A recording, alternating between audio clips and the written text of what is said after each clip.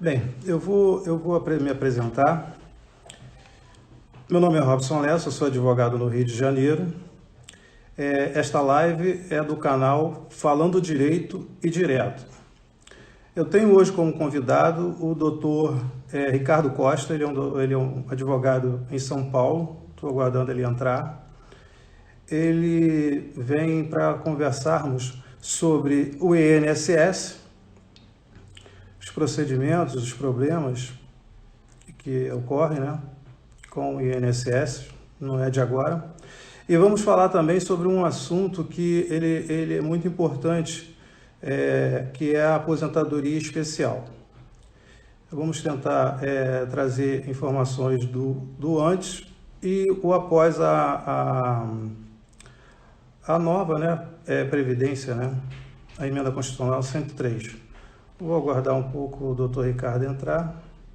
Em relação ao INSS, nós vamos conversar sobre os procedimentos, né? Porque há uma série de dúvidas que nós temos alguns grupos que procuramos tirar dúvidas dos clientes que nos chegam e as dúvidas elas são quase que repetitivas e grande parte em função da falta de material humano. Hoje o INSS, hoje não, né? O INSS, o último concurso que o INSS fez foi em 2015. Automaticamente, de lá para cá, a roda continua girando, não há reposição de matéria humana. E o que ocorre? Começa a haver problemas. E esses problemas, eles vêm se arrastando. Em 2019 houve muitos problemas. 2020 estavam começando a querer organizar, mas tivemos aí o fato da pandemia, aí isso com certeza atrapalhou, como atrapalhou todas as situações no país, porque o país basicamente parou, o mundo parou em função da pandemia. Alguns países estão se recuperando, nosso país ele ainda se encontra ainda num momento muito difícil e os problemas eles vão se acumulando no INSS. Então eu vou, deixa eu ver, ele já entrou? Não entrou ainda. Então nós vamos procurar conversar com vocês sobre os problemas que acontecem no dia a dia. Inicialmente, eu vou tentar trazer alguns pontos. O que acontece? Normalmente, o segurado, ele tem por hábito, e até mesmo, às vezes, uma falta de conhecimento, de ir ao INSS, fazer o seu requerimento, é uma opção que ele tem. Ele vai ao INSS para fazer o requerimento, seja para benefício, seja para aposentadoria, seja para qualquer tipo de serviço que o INSS disponibiliza para o segurado. Só que automaticamente, o INSS ele tem uma legislação, tem portarias, tem resoluções, tem a legislação que regulamenta a Previdência, e as pessoas, os segurados, eles não detêm o conhecimento. Então, eles chegam ao INSS, o doutor Ricardo acabou de entrar, boa noite, doutor Ricardo Costa. Eles vão até o INSS e eles mesmos fazem o próprio requerimento. Aí começa a via crucis. E eu vou chamar o doutor Ricardo para que ele possa participar. Boa noite, doutor. Boa noite a todos. É um prazer recebê-lo aqui no canal. Tudo bem? Tudo bem. Não sei se o doutor tinha me mandado já o convite, eu deixei no silencioso aqui, me perdoe, tá? Não há problema. Eu também estou começando a realizar as lives e automaticamente acaba acontecendo falta do domínio, né? Não sou um artista, né? Essa é a grande verdade. Doutor, eu vou começar, já me apresentei. Eu vou pedir que o doutor se apresente para o público e depois entramos diretamente nos assuntos que são pertinentes da live, tá bom? Tá certo. De uma forma bem rápida aqui para a gente seguir com o assunto da noite. Para quem não me conhece ainda, meu nome é Ricardo da Costa, eu sou advogado especialista em direito previdenciário, só atuo na área previdenciária, sou aqui de São Paulo, sou especialista, me especializei, na verdade, pós-graduei pela UCAM, né? Hoje com parceria aqui com a Jurídica em São Paulo. Quem é de São Paulo já não é merchan, mas já fica uma indicação aí, uma ótima pós-graduação para quem gostaria de militar aí no direito previdenciário. E sou integrante também, sou membro das comissões de direito tributário e previdenciário da OAB 101, subseção aqui de São Paulo, no Tatuapé. É isso aí, doutor. Acho que basta para a gente seguir adiante. Tudo bem. Então, eu vou começar. Eu já havia começado a conversar com ele sobre a chegada do segurado ao INSS. Falei um pouco sobre os fatos que vêm ocorrendo de 2015 para cá, que é a falta de material humano, e a tentativa, o problema que se potencializou no último ano, 2019, o início de 2020, que houve ali uma intenção de se tentar melhorar o serviço, mas automaticamente entramos na pandemia e a situação toda parou e automaticamente aquilo que já não vinha sendo bem organizado complicou, como tudo no mundo complicou. Eu vou começar, o primeiro tema é quais são os maiores problemas enfrentados pelos segurados que vão à agência e, pós-pandemia, os maiores problemas para o segurado que vai ao site. Quais são os maiores problemas que, na sua vivência, o doutor consegue visualizar com mais frequência? Doutor, a gente está com um sério problema aí em questão do site, mas é que o site do INSS, ele sempre vem, né, enfrentando dificuldades aí, e ultimamente estava com uma problemática assim, muito grande, principalmente no início da pandemia, e era normalmente o único meio que tinha de contato com o INSS, porque no 135 ninguém consegue falar. A gente recebe a notícia dos nossos clientes que tentam ligar no 135, fica lá 20, 25 minutos e cai a ligação. Então, o único meio restou o site, o meu INSS, porque é suspenso o atendimento presencial.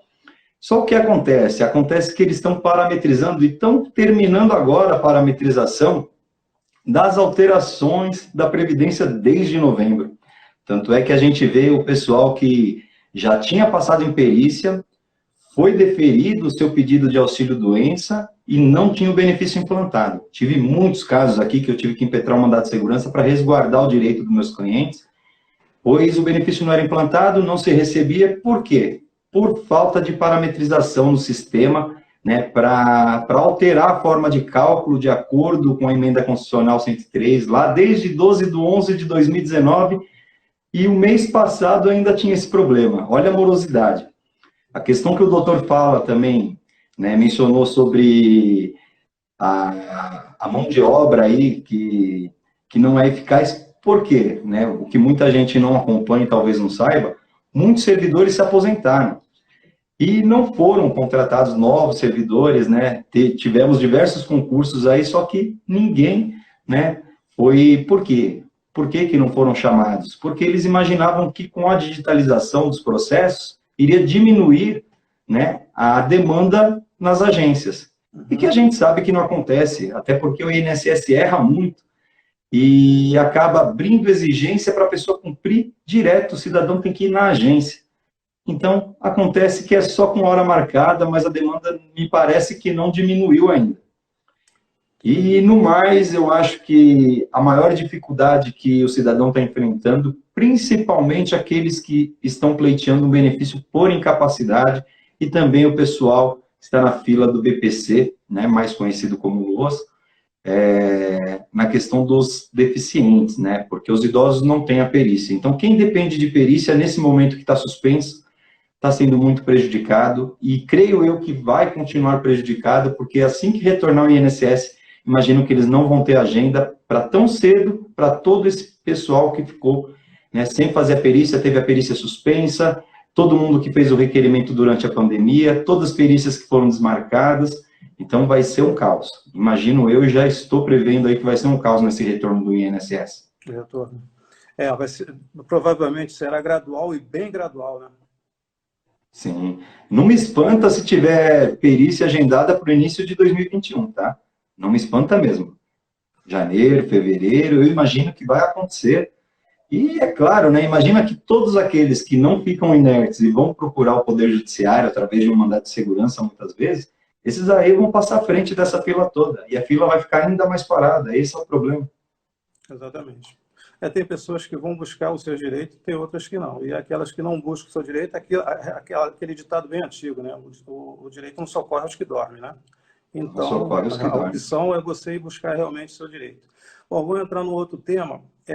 Eu queria que o doutor desse dicas importantes para quem precisa fazer o requerimento no INSS. Porque inicialmente eu comecei até a falar sobre essa situação que ocorre com o segurado. O segurado, de repente, ele se vê numa necessidade de ir entrar com um requerimento para adquirir um benefício do INSS, só que o segurado, ele não detém conhecimento técnico, não detém conhecimento jurídico, para que ele possa ir lá e desenvolver ali um requerimento que muitas vezes é a contento daquilo que é exigido pelo próprio INSS. Qual seria a dica que o doutor teria para esses segurados? Correto. Ó, primeiramente, doutor, é claro que a pessoa ela tem que optar, isso é a opção de cada um, né, de ter um acompanhamento profissional ou não. Quando a pessoa não tem um acompanhamento profissional, o que eu muito vejo acontecer, o que deveria ser exceção e hoje está se tornando regra, é a pessoa cair direto em exigência. Né? Exigência é um ato protelatório, mas que muitas vezes não é dado pelo próprio INSS. Uhum. Deveria ser exceção e se torna regra, parece, né? Porque todos que passam pelo INSS, um momento ou outro, vai ter emitido uma carta de exigência. E por que isso? Se o INSS está exigindo algo, é porque a pessoa não instruiu bem o processo. Com certeza, se tivesse amparado por um profissional desde o início, seu processo iria caminhar muito mais rápido, não iria cair em exigência e iria ser solucionado e finalizado o mais breve.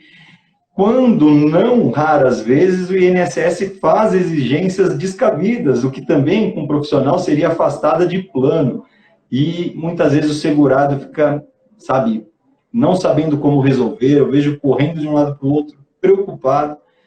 Quando não, raras vezes também o INSS, na inércia do segurado, porque sobre a nova legislação, ele pode cancelar o benefício, que eu sempre digo para os meus seguidores que cancelar o seu requerimento é muito pior do que indeferir. Indeferir você pode discutir em fase recursal, pode levar o caso para ser discutido em juízo, e uma vez na sua inércia, passado o prazo, e eles cancelam o pedido, simplesmente você perde a DER, perde a data de entrada do requerimento, perde os valores retroativos, e muitas vezes traz um prejuízo aí tamanho. Então, uma dica, sabe?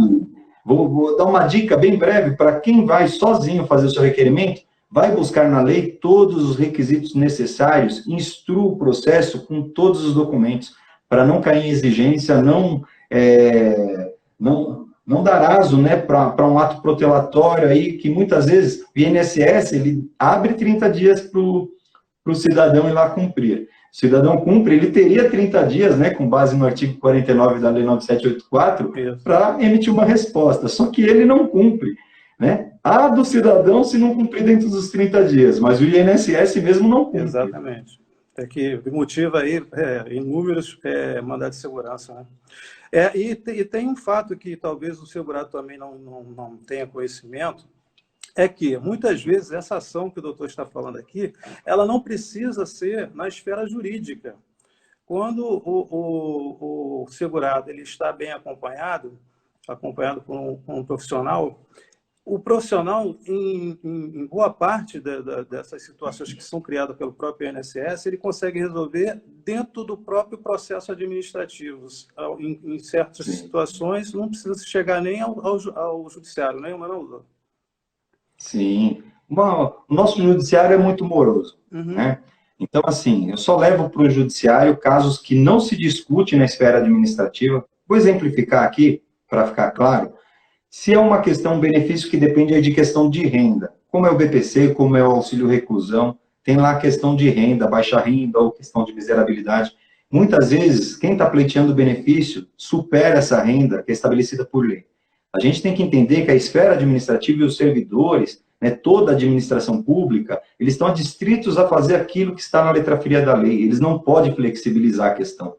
Então, sempre que eles analisarem esse caso, eles vão negar. E muitas vezes a pessoa sozinha leva para recurso administrativo.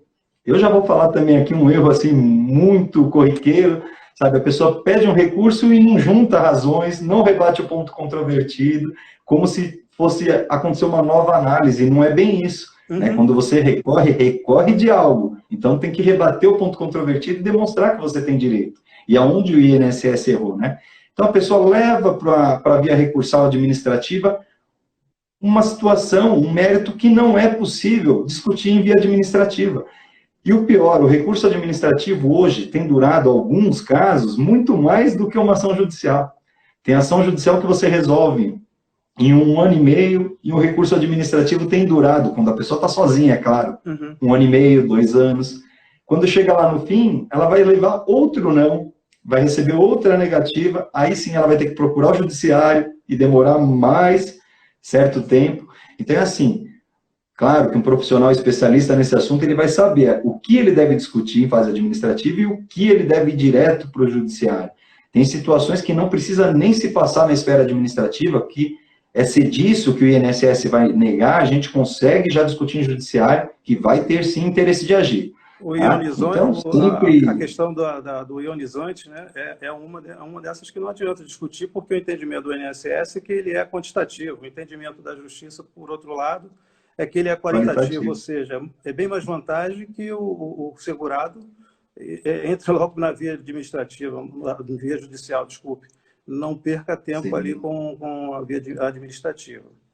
Bom, vamos entrar agora. Eu acho que as dicas foram importantes para quem pretende ir buscar aí algum tipo de benefício no INSS. Eu espero que haja uma consciência, né, do segurado de que é sempre melhor você contar com a ajuda de um especialista. Ele tende a facilitar a sua vida. E vamos entrar agora num assunto também polêmico, mas também aqui, por exemplo, no Rio de Janeiro, ele é um assunto que ele cria uma certa confusão, porque boa parte das pessoas, parece aqui que há um entendimento, né, dos funcionários do INSS de que as pessoas não têm direito à aposentadoria especial. E não é, essa não é a verdade. A aposentadoria especial está vigente, ela teve aí algumas pequenas alterações com a reforma da Previdência, mas quem tem o direito garantido, tem o direito garantido. Então, eu gostaria de começar aposentadoria especial, o requisito básico da aposentadoria especial.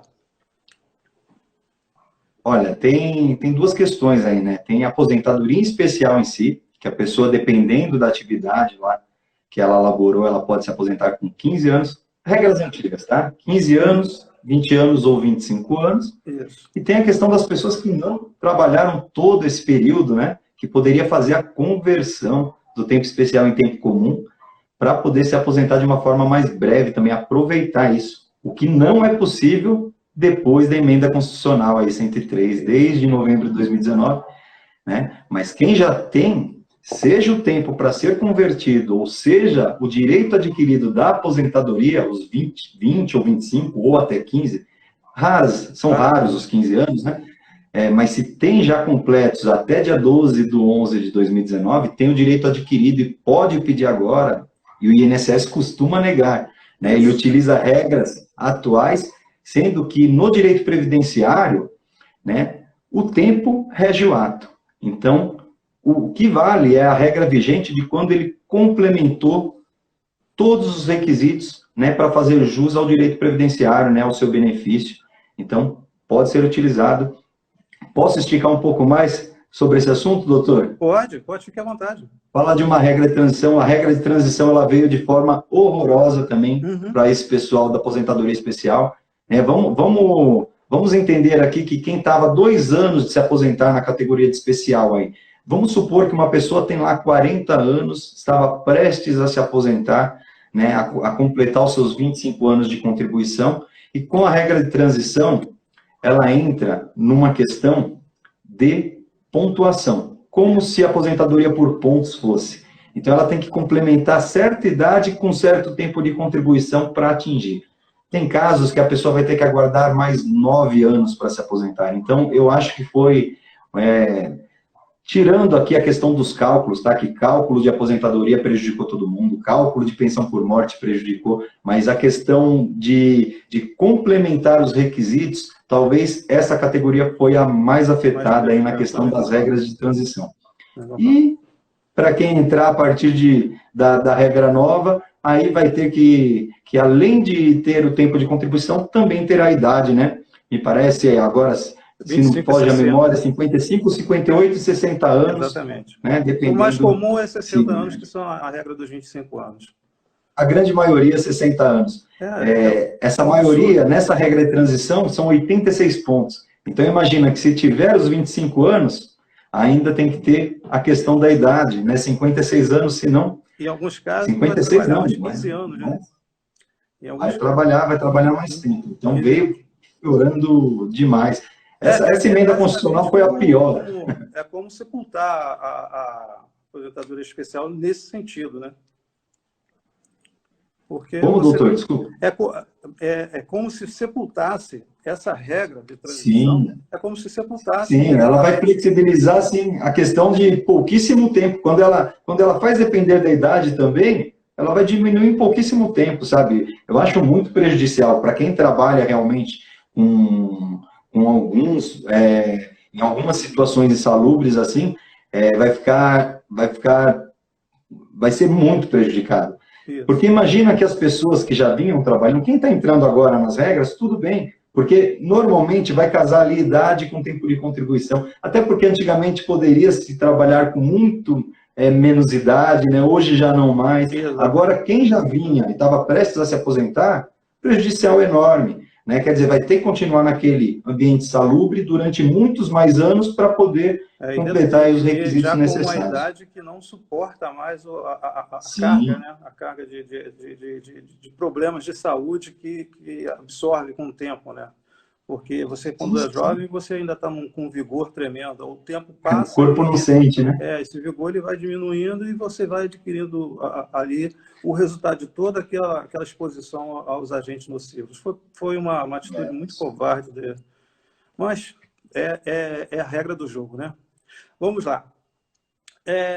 Temos aí o enquadramento, né? Existe um enquadramento 95 e após 95. Vamos Sim. falar sobre esse assunto, doutor? Porque tem pessoas que trabalhavam, né, antes de 95, ali você tinha profissões que se presumia insalubre. Depois de 95, veio a Lei 9.032, né, de 95, e fez uma alteração. As pessoas passaram a ter que comprovar, né, a insalubridade, ou seja, a exposição ao ambiente insalubre. Deixar a bola agora com o doutor. Olha, o que as pessoas têm que saber, e isso aqui é um ponto aqui, quem puder agarrar essa dica, muita gente está aposentada, teria direito e o INSS não reconhece, e hoje teria direito, independente de quando foi a concessão do benefício, de fazer uma revisão, e eu entendo que deve se afastar a decadência e a prescritibilidade para buscar lá todos os atrasados. Desde que apresentado, normalmente a pessoa vai se aposentar, apresenta a carteira de trabalho, correto? Uhum. Se na carteira tivesse lá, por exemplo, fundidor, tá? Fundidor, enfermeira, telefonista, e por aí vai, tem um rol, e que esse rol, ele é exemplificativo, não é taxativo, tá? Exatamente. Quando a gente fala de enfermeiras, serve para ajudante de enfermagem, serve para auxiliares, e, vamos supor, mecânico, ajudante de mecânico também, motorista, motorista de caminhão, entende-se também motorista tratorista, motorista de ônibus, e por aí vai. Então, é assim, a pessoa apresentou a carteira de trabalho, tem lá a atividade, somente pela atividade, pela categoria profissional, já deveria ser enquadrada a especialidade. E o INSS não costuma fazer. Então, é possível revisar quem já está aposentado, e quem não está, é possível pedir. E que fique claro aqui que até 95, em sede administrativa, eles são obrigados, né, a reconhecer essa especialidade. Só que no judiciário dá para se discutir até 97, tá bom? 97, exatamente. E vamos deixar claro aqui, doutor, só para complementar, esse rol ele está nos decretos 53.831 de 64, é antigo, hein?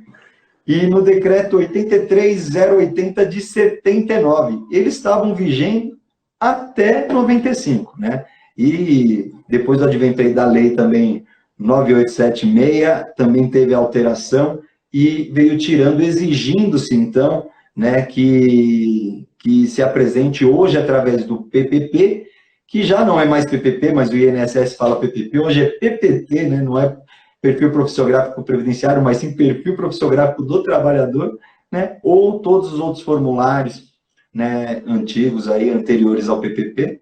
Então, DPCAT, né? pode-se comprovar, só que lá naquela data, de 95 para trás, basta estar na carteira de trabalho. Está na carteira de trabalho, o INSS tem que reconhecer.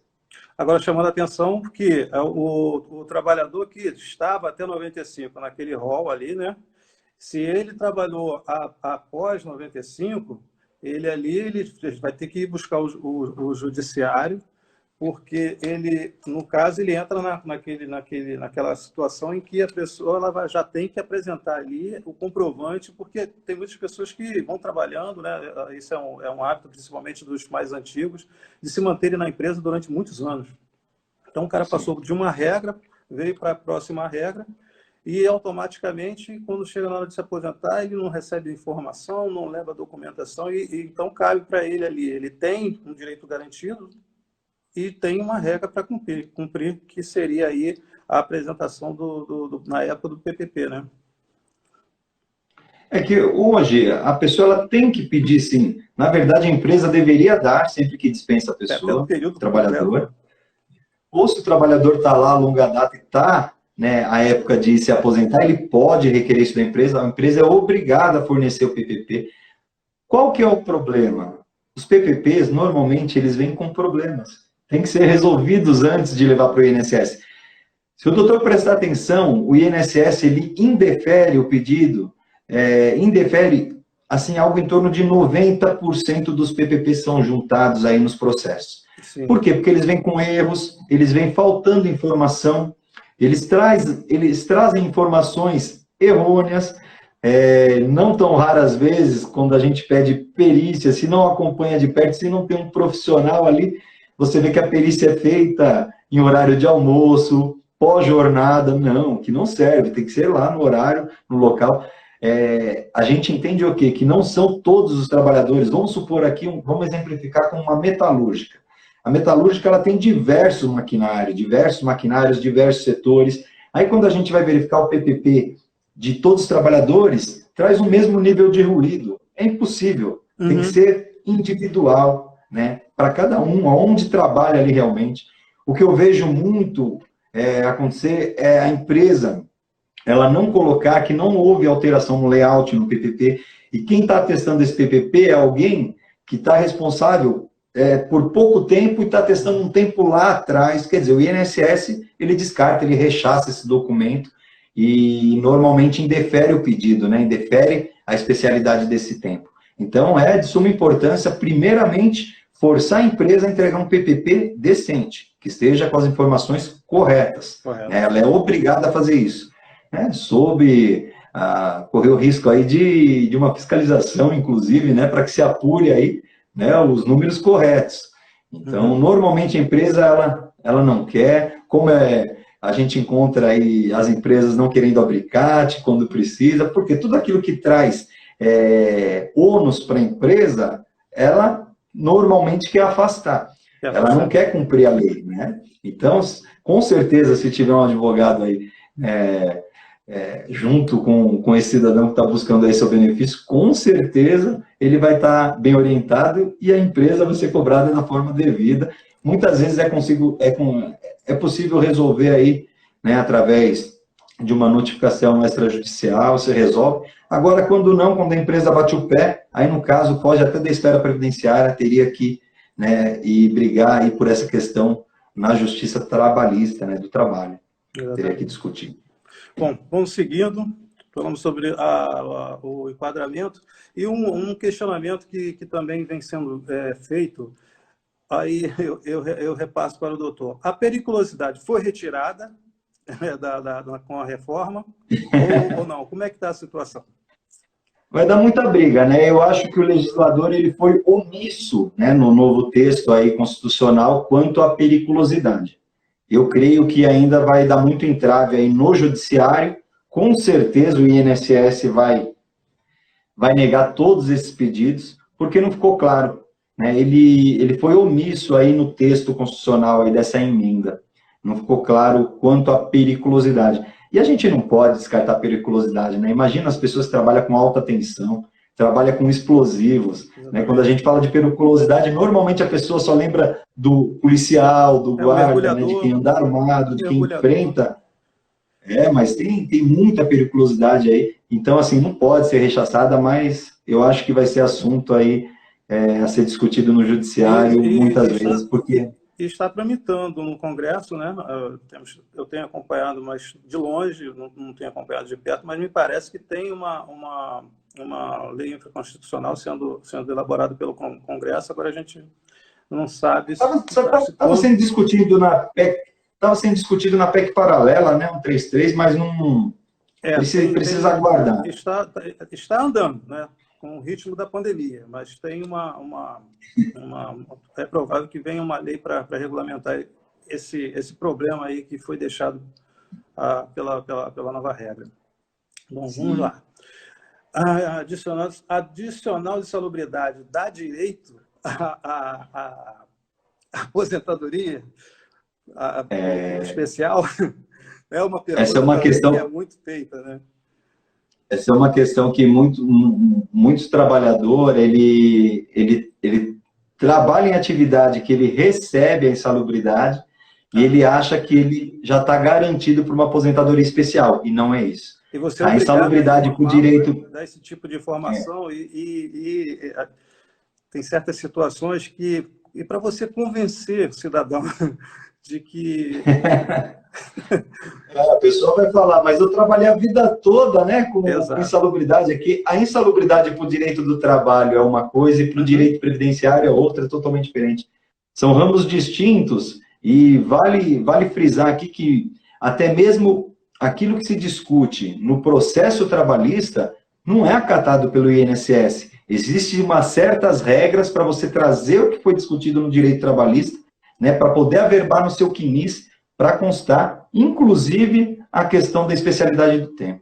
Exatamente. É uma dica que você que está nos assistindo, procure o advogado. Por quê? Para que você não crie essa expectativa, e isso torna-se uma ansiedade, porque no momento que você já está chegando ao fim da sua carreira profissional, há ali um cansaço natural, a pessoa ela fica ansiosa para se aposentar e, de repente, ela alimenta uma ideia e ela vai sofrer uma decepção na frente. Então, procure um advogado antes, procure saber realmente se o que você faz, se a profissão que você exerce, ela está realmente ali, existe ali a possibilidade de você ter agentes nocivos, biológicos, físicos, ou químicos, que você se enquadra.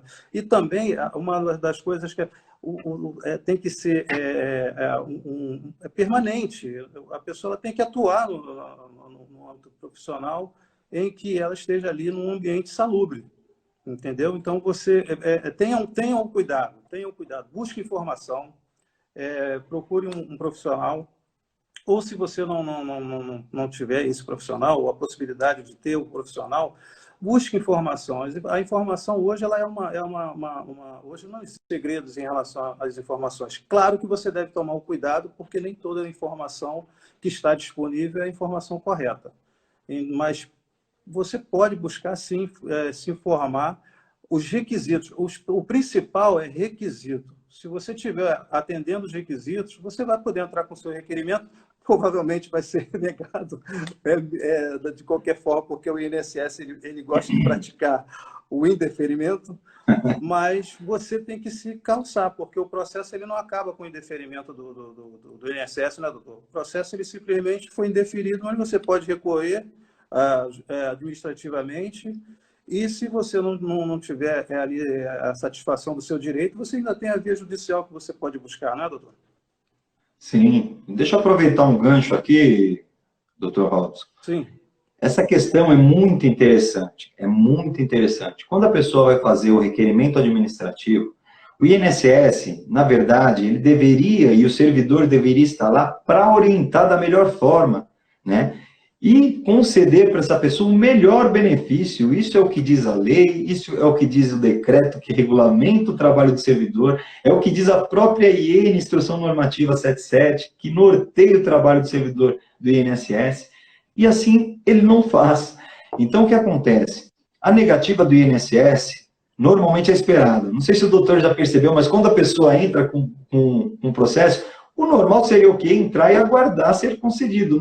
Hoje a pessoa entra com medo de passar numa perícia, né? O que falar com o perito, ela quer dizer, ela já espera uma negativa. Uhum. Então a gente sabe que o INSS nega, de cada 10 benefícios pleiteados, nega 6, 7 e por aí vai. Qual que é o problema? Quando você instrui o processo da forma devida, essa negativa ela só vai tardar o recebimento. Então é questão de tempo. Tem coisas que chegam aqui no escritório que eu falo para o meu cliente, ó, isso é questão de tempo. Se o INSS negar, a gente vai seguir por esse caminho. Exato. Só que, quando o advogado está na causa, ele já ajeita, instrui o processo administrativo de forma que facilite discutir em juízo. Isso. E muitas vezes implantar o benefício em sede de liminar, né? Normalmente a prova necessária para a ação judicial, ela já está no processo administrativo. Né? Sim. Você simplesmente está indo buscar no judiciário um direito que foi negado nas vias administrativas. Entendeu? É basicamente Sim. isso. Né? Então, vamos seguir. Adicional de salubridade, falamos. A principal mudança, eu acho que nós já foi até citada aí essas mudanças, que aí é a questão da idade. Né? Basicamente, essa é a grande mudança, né? Que é essa transição, a questão da idade, que quem estiver aí trabalhando, iniciando a sua vida profissional, a tendência é que a gente temos que ser sincero, né? A tendência é que a pessoa não se aposente, não consiga se aposentar, porque o tempo e o que foi determinado para que ela possa atingir os requisitos para a aposentadoria, eu não consigo entender como isso passou. Eu acho que o doutor vai concordar comigo, que ficou elas por elas. A pessoa que trabalha, né, com a especialidade, ela ganhou 5 anos em idade, só que ela tem que completar 25 anos de trabalho. Quando uma pessoa que não trabalha com especialidade, ela vai poder se aposentar do homem, né, 65 anos, só para pegar esses 5 anos de diferença, vamos falar na questão do homem, 65 anos, só que ele pode se aposentar a partir de 20 anos de contribuição. Quer dizer, tirou 5 da idade, acrescentou 5 na contribuição e vice-versa aí para a questão da aposentadoria por idade, né? Acrescenta 5 na idade, mas tira 5 da contribuição. Então, muitas vezes não vai ser nem vantajoso para a pessoa, né? Eu acho que foi um prejudicial enorme. Uhum. Exato. E a questão do direito adquirido, vamos voltar nela, porque eu acho que é muito importante você deixar isso bem claro para os ouvintes, as pessoas que estão nos assistindo, que as pessoas que atendem os requisitos que elas tinham idade para se aposentar antes da reforma, o direito dela é adquirido. Ela só precisa fazer o quê? Se possível, tiver expertise para isso, que ela cumpra esses requisitos e entre com o seu requerimento. Se ela não tiver a segurança para isso, busque um profissional para ela, antes de qualquer coisa, ela ser orientada, né? Muito bem orientada, para que ela possa ir buscar esse direito que já é adquirido, se manteve adquirido, e você só precisa dar entrada no seu requerimento e passar por tudo isso. As pessoas que estão nos acompanhando desde o início, elas devem ter notado que há sim, não podemos fugir disso, há sim uma demora para que o direito dela venha se concretizar. Há sim possibilidade de falhas, de erros serem cometidos dentro do processo administrativo que vai atrasá-la. Há sim a possibilidade de o segurado perder um prazo, né? Perder o prazo de 30 dias, isso vai lhe trazer prejuízos, mas o seu direito, o direito que está garantido, o direito, cumprir o requisito, é seu direito. Você não pode abrir mão dele, você tem que ir buscá-lo, é um direito, e sendo um direito, você tem que ir atrás do seu direito. Você não pode simplesmente ouvir ou... É o que aqui no Rio de Janeiro, a minha esposa, ela atua na área da saúde. Então, você ouvindo a conversa de colegas de trabalhos, né? Que fulano, a pessoa às vezes faz uma opção, ela trabalha. Só para ter uma ideia, a pessoa tinha o direito, eu já vi casos da pessoa tinha o direito de pleitear a aposentadoria especial, e são pessoas que trabalham, gostam de trabalhar. O pessoal da área de saúde, eles são guerreiros. Eu aqui, mais uma vez, eu parabenizo pelo que estão fazendo, mas pelo que fizeram ao longo da vida. Então, acabam esquecendo que tem direito, aí chega na hora de entrar com o requerimento, aí chega no INSS, eles dão a opção. Sabe qual é a opção que eles dão, né? Vai aqui pela aposentadoria por contribuição aqui, esquece lá, e às vezes a pessoa entra e se você duvidar, a pessoa ela não vai saber, porque se ela não tiver alguém para orientar, que ela tinha o direito, que depois você pode entrar com uma ação, mas olha o tempo que vai se levar para que isso se resolva, e ela simplesmente abdica do direito dela para algo que vai trazer um prejuízo né, em termos monetário. Como o doutor entende e o que o senhor doutor tem para falar sobre o direito adquirido?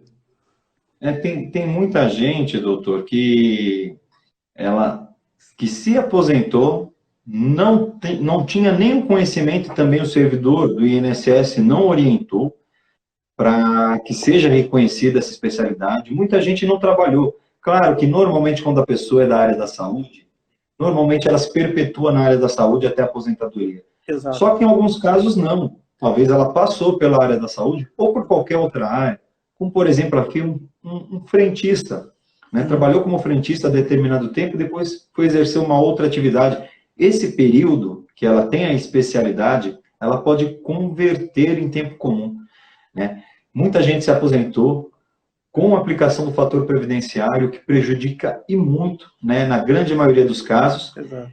E muitas vezes tinha uma especialidade que não foi reconhecida e que talvez afastaria esse fator previdenciário e aumenta assim, significativamente, né, a questão do valor do benefício RMI, a renda mensal inicial. E muita gente ainda permanece inerte, né? Não serve só para quem vai procurar agora. Sim, agora a gente está discutindo a questão das mudanças e ainda vai ter divergências aí no entendimento do servidor público que vai estar atendendo, ou talvez a falta de entendimento por não ter tempo. Imagina que se ele não tem tempo nem para fazer o trabalho dele, imagina para estudar todas essas alterações recentes, né? Exato. Então, eu imagino que venha mais erros por aí. E assim, muitas vezes a pessoa que está indo sozinha procurar, ela não tem esse conhecimento.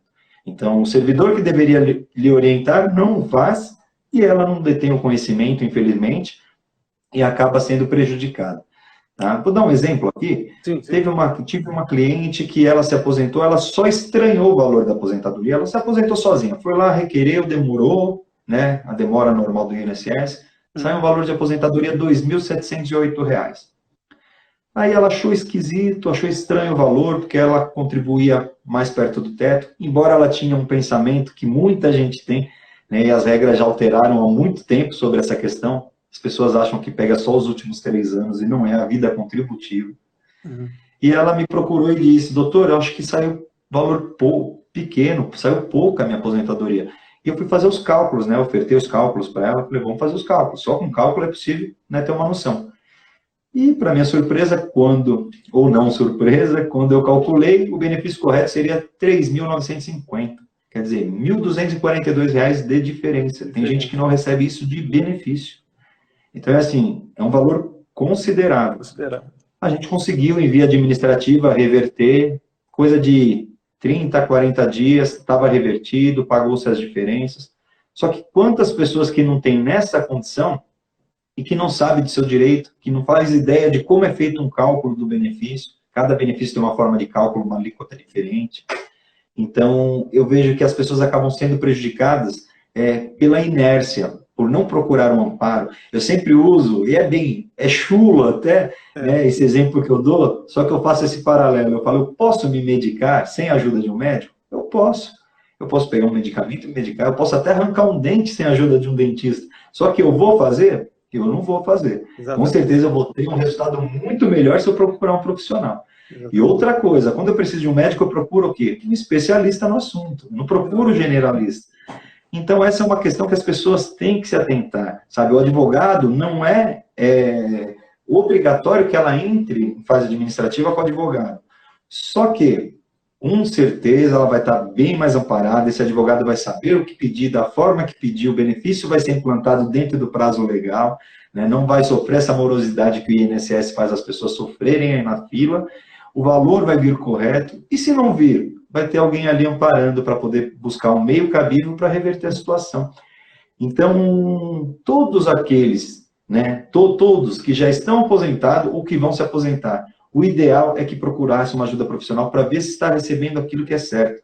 Sabe, a aposentadoria é uma coisa que a pessoa vai ter ali para o resto da vida, é um bem, sabe, é um momento da vida que a gente quer sossegar, tranquilizar e que a gente quer estar bem amparado. Então, a gente tem que ter o que é nosso de direito. De direito. Tá? Então, a gente vai para dentro do direito adquirido, mas também nessa questão, mas quanto ao direito adquirido que o doutor tinha perguntado, era realmente o direito material, se a pessoa completou todos os requisitos antes da reforma, ela tem que trazer agora, vamos supor, vai fazer o pedido agora, que o benefício se estabeleça agora, seja pago a partir da data da entrada do requerimento, porém, a data do início do benefício, lá atrás, quando eu complementei todos os requisitos.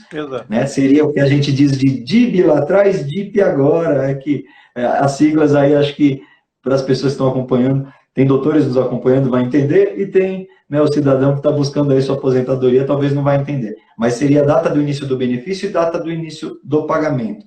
Né? E buscar o quê? Sendo que você complementou a própria Emenda Constitucional 103 de 2019, ela traz essa previsão. Se você tem direito adquirido, você pode requerer o benefício hoje, nas regras antigas. E até porque, se ela não trouxesse, seria mais um mundaréu de ações aí nesse sentido, porque ela iria contrariar aí as demais leis, até mesmo a Constituição, né? Entendo. Bom, nós estamos chegando aí ao final da nossa live, os assuntos eles foram abordados. Eu chamo a atenção para você que está nos assistindo, é que aqui nós não falamos sobre a regra de transição, porque provavelmente seria necessário fazer uma outra live para falar especificamente sobre a regra de transição, e nesse ponto não seria uma live específica para quem tem alguma coisa, ou já se aposentou pela especial, ou está com dúvidas em relação à sua aposentadoria especial. Não, a regra de transição ela poderia ser um assunto que seria mais abrangente para atingir a todos os segurados.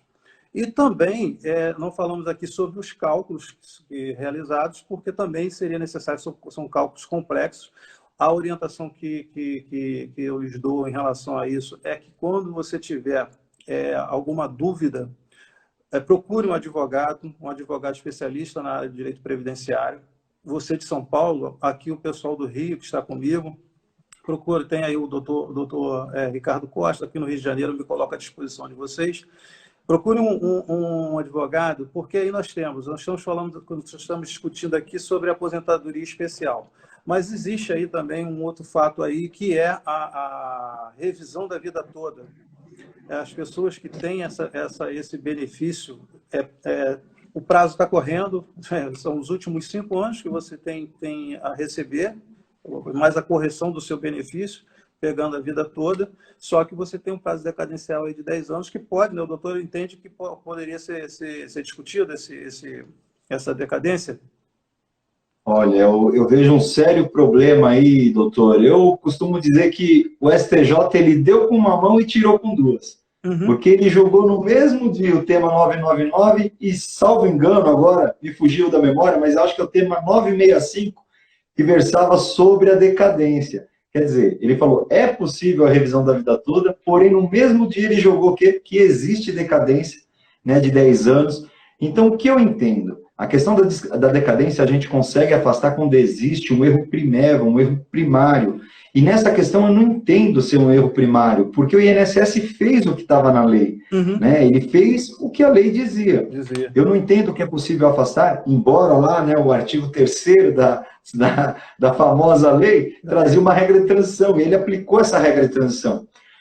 Dá para discutir em juízo? Sim, eu acho que vai ter que levantar a questão de que a regra de transição ela é mais danosa do que a outra regra, que deveria ser usada e deveria ser analisada caso a caso, e o INSS aplicou a regra de transição para todo mundo. Tá? Só que eu entendo ser ajustamento, não sei, eu não estou com esperança de conseguir afastar a decadência nesses casos. Sou muito sincero, teve alguns casos que me procuraram que já passou 10 anos, e eu acho difícil. Embora a gente vai ter que aguardar, né? É um caso que subiu agora para o STF, vamos ver o que vai acontecer lá. Eu estou muito confiante que o STF não altere, tá? Só que uma coisa que vem acontecendo corriqueiramente, e que não deveria acontecer no STF, porque eu já acho que isso ele já leva para o lado político da coisa, né? Mas acontece muito nas questões tributárias. E por que não acontecer na previdenciária? Deles criarem modulação para não quebrar a máquina previdenciária. Então, assim, quem entrou com a ação está aguardando, ainda que seu processo ficar sobrestado, né, suspenso, quando ganhar, vai receber todo. Quem não entrou com a ação e ficar esperando a decisão do STF, ele pode vir modulando, e a pessoa, de repente, fazer jus daqui para frente e não buscar os atrasados. Doutor, tem uma questão da vida toda. Primeira coisa que tem que ser feito são cálculos, porque não é todo mundo que tem direito a essa revisão, né? E algumas pessoas têm direito a essa revisão, mas o valor é ínfimo, dá uma diferença pequena. Vamos supor, a pura RMI com 20, 30 reais de diferença. Até tem um valor considerável quando a gente fala de 5 anos atrás para receber de atrasados, aumentar agora para o futuro. Só que tem pessoas que alteram assim substancialmente. Tem um cliente aqui, eu vou falar dele, que até é meu parente, inclusive, ele me procurou, e eu fiz os cálculos dele, ele se aposentou com salário mínimo em 2016, quando ele deveria se aposentar com 3.200 usando a regra da vida toda. Olha a diferença, 880 para 3.200.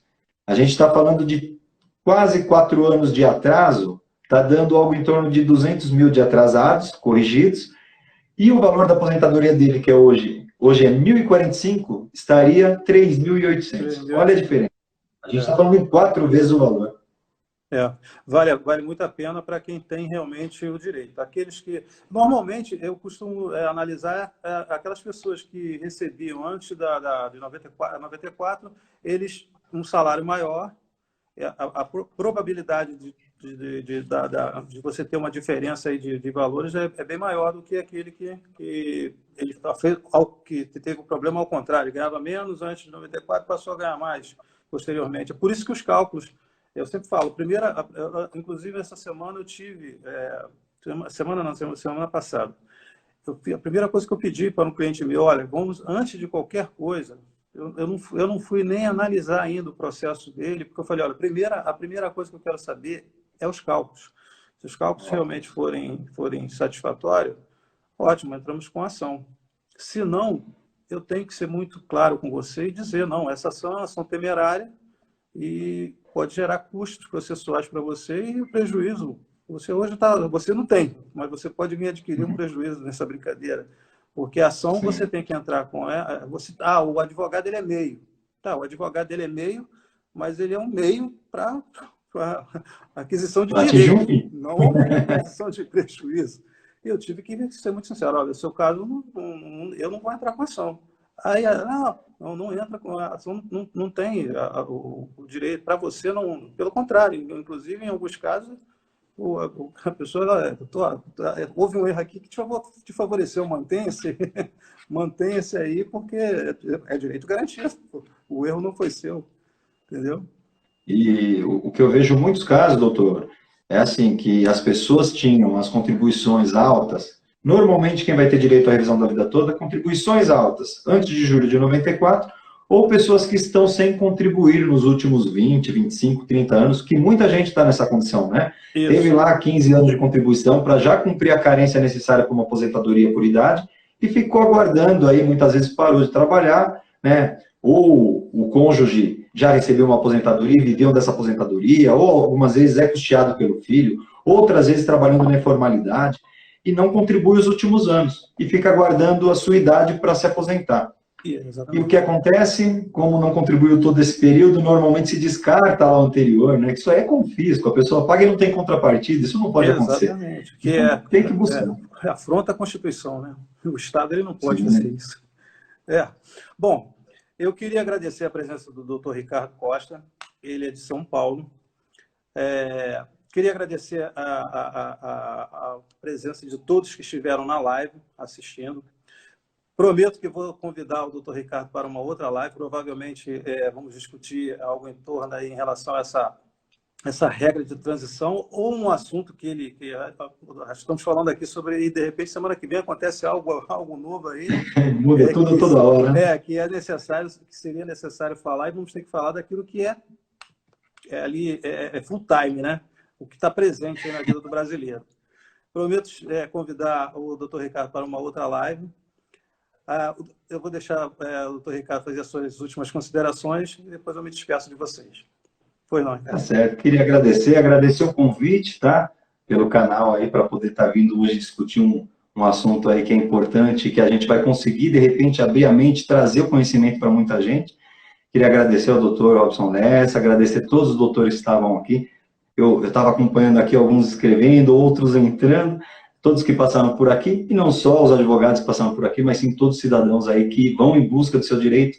Eu vou dar a última dica aqui. Sempre lute pelo seu direito, não abra mão do seu direito. Se você dá na mão do INSS achando que ele vai te ajudar, você vai ser prejudicado. Eu vejo muita gente, infelizmente, tem casos de pensão por morte, doutor, que a pessoa fala assim, eu já não aguento mais ir no INSS, vou abrir mão, não quero. Eu falo, não abra, lute pelo seu direito. Muitas vezes é o direito de um menor. Não abra mão do seu direito, vá em busca. Teve dificuldade ou quer estar melhor amparada desde o início, contrate um advogado. Claro, sempre o advogado tem que ser um advogado de sua confiança, mas que seja especialista no assunto e vai lhe ajudar, né, a conquistar um melhor benefício aí, a te dar uma tranquilidade maior para um futuro, principalmente quando a gente fala aqui de aposentadoria. Então, meu agradecimento por participar do canal. Hoje, fico aberto aí para participar mais vezes também, caso necessite. E um grande abraço aí para o pessoal do Rio de Janeiro e todo o Brasil que estiver nos assistindo. Obrigado pela sua presença. Eu quero agradecer a todos vocês pela oportunidade de estar na live conosco aqui assistindo. Espero que vocês possam, através do conhecimento que nós deixamos aqui, replicar, né? Não só replicar, que eu vou deixar o vídeo disponível no canal, mas você replicar para aquela pessoa, porque às vezes não é o seu caso, né? Mas você conhece um tio, uma tia, uma colega de trabalho que está numa condição que ela já poderia ter entrado com a ação, e com os esclarecimentos que nós trouxemos, de repente você pode ser esse elo de ligação entre ela e o direito dela, né? E nos colocamos aqui...